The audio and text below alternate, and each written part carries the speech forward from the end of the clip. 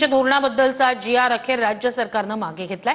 त्रिभाषा सूत्राबद्दल आता नरेंद्र जाधव यांच्या अध्यक्षतेखाली समितीची स्थापना करण्यात येणार आहे।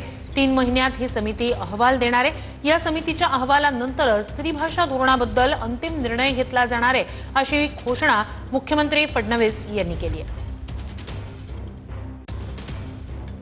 16 एप्रिल 2025 आणि 17 जून 2025 हे दोन्ही शासन निर्णय आम्ही रद्द करण्याचा निर्णय घेतलेला आहे।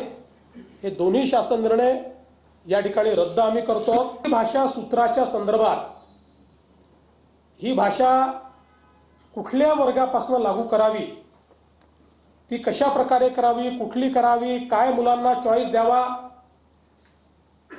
याचा निर्णय करण्याकरता राज्य सरकारच्या वतीनं डॉक्टर नरेंद्र जाधव यांच्या नेतृत्वात एक कमिटी तयार करण्यात येईल। आपण सगळे जाणता डॉक्टर नरेंद्र जाधव साहेब प्लॅनिंग कमिशनचे मेंबर होते, कुलगुरू होते, शिक्षण तज्ञ म्हणून त्यांना आपण ओळखतो। त्यामुळे त्यांच्या नेतृत्वामध्ये एक समिती या ठिकाणी तयार केली जाईल। त्यात काही सदस्य अजून असतील, त्यांची नावं लवकरच घोषित केली जातील आणि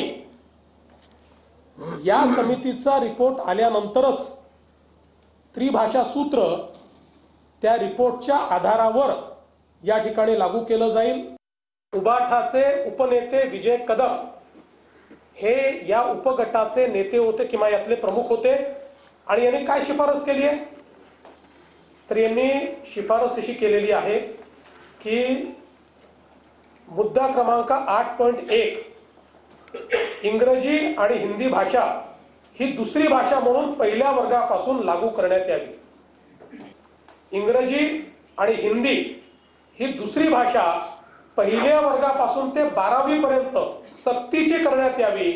आवश्यकता भासत असेल तर महाविद्यालयीन शिक्षणाच्या 3 किंवा 4 चौथ्या वर्षाच्या पदवी अभ्यासक्रमामध्येही हिंदी सक्तीची करावी।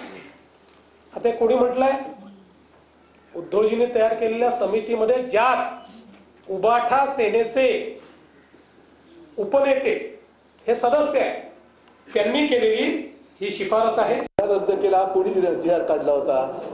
ह्या लोकांचं म्हणजे पूर्वी मध्ये तो पिक्चर आला होता ना, हरिश्चंद्राची फॅक्टरी, तशी भाजप म्हणजे खोट्याची फॅक्टरी झालेली आहे, अफवांची फॅक्टरी झालेली आहे। भाजप हा अफवांची फॅक्टरी आहे।